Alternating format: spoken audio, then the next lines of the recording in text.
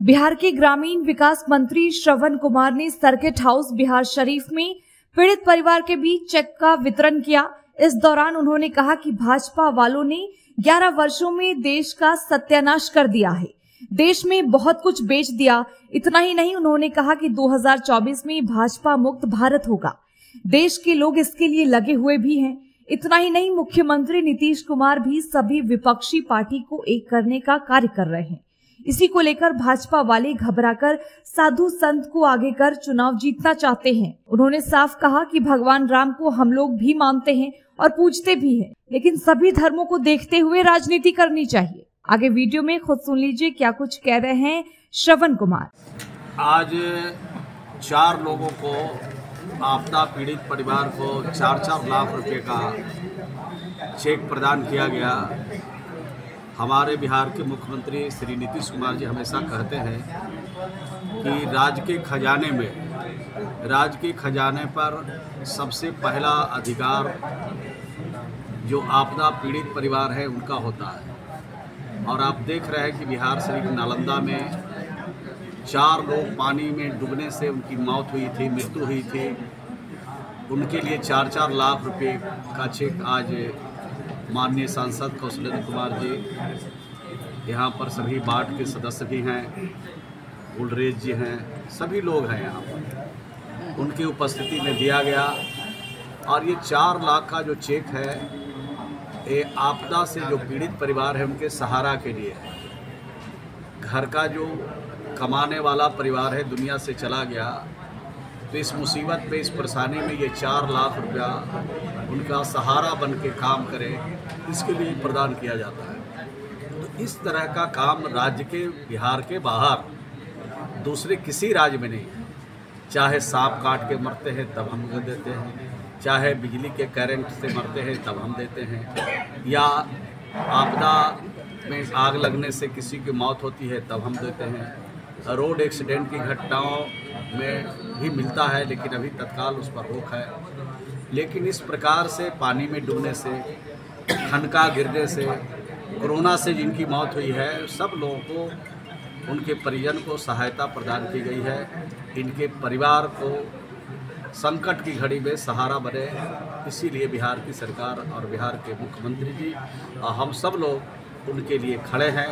यही सबसे बड़ी चिंता है हमारी, जिसको चिंता को दूर करने का हमने काम किया है। परफेक्शन IAS, UPSE और BPSC फाउंडेशन क्लासेस के लिए समर्पित संस्थान। यहाँ आपको UPSE selected and interview appeared faculties द्वारा गाइड किया जाता है। Separate batches for Hindi and English medium. 65वीं और 64वीं BPSC एग्जाम में 69 और 107 रिजल्ट्स एवं 66वीं BPSC एग्जाम में 131 रिजल्ट्स हासिल किया है परफेक्शन IAS टीम ने। परफेक्शन IAS, कुमार टार, बोरिंग रोड, पटना। को लेकर महागठबंधन सरकार हमलावर है, क्या कहेंगे इस पर? महागठबंधन सरकार कहाँ हमलावर है? बिहार सूफी संतों की धरती है और एक एक व्यक्ति इस राज्य का ज्ञानी है, अनुभवी है।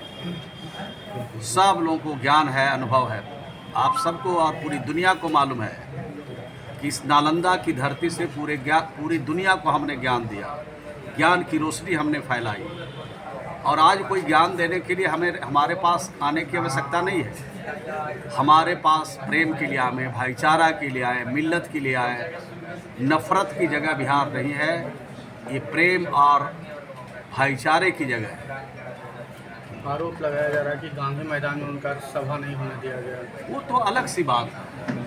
अगर कोई व्यक्ति, कोई साधु संत अगर राजनीति करने के लिए अगर आ रहे हो, उनका उद्देश्य किसी राजनीतिक दल को लाभ पहुंचाने की है, तो स्वाभाविक है कि ये देश सभी धर्मों का है। यहाँ सूफी संत भी हैं, यहाँ सनातन धर्म के मानने वाले भी लोग हैं, यहाँ गुरु नानक देव जी, गुरु गोविंद सिंह को मानने वाले लोग हैं। यहाँ पर सभी धर्मों का सम्मान है। अगर प्रेम के लिए, भाईचारा के लिए अगर लोग आते हैं तब तो ठीक है, लेकिन अगर नफरत फैलाने के लिए आएंगे तब तो उनका विरोध स्वाभाविक है। पूर्व मंत्री बबलू सिंह ने कहा है, नीरज कुमार बबलू ने कहा है कि महागठबंधन इसीलिए घबरा गई है कि कहीं बाबा बागेश्वर भविष्यवाणी न कर दें कि बिहार में महागठबंधन सरकार की जाए। भविष्यवाणी उनको मुबारक हो।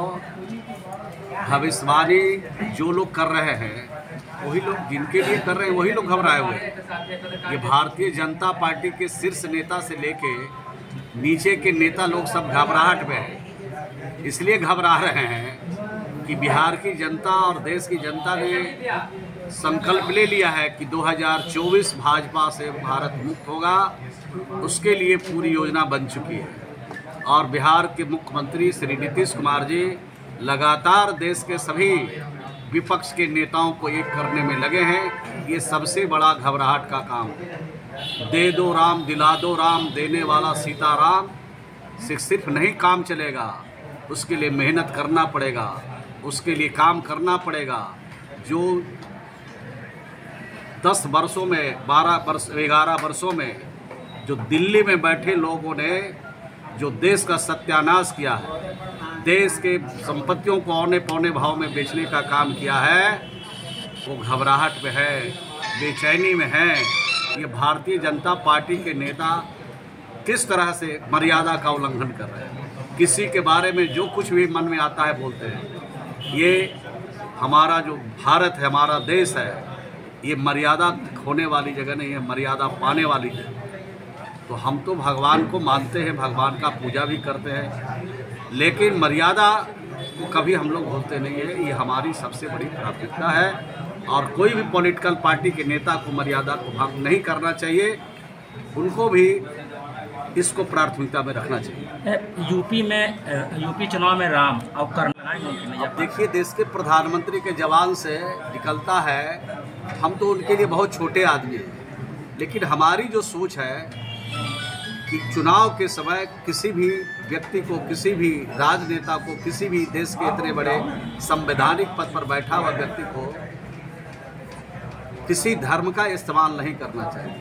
मैं पहले कह चुका हूँ कि ये देश सभी धर्मों का है, यह देश सभी मजहब का है, इस देश में सब लोगों को अधिकार है अपने धर्म का, अपने पूजा का, याचना का, देवता का, अल्लाह का, ईश्वर का, सबका पूजा करने का अधिकार है। तो बजरंगबली पहाड़ लगाने वाले कर्नाटक में सवार रहे हैं, बजरंगबली भी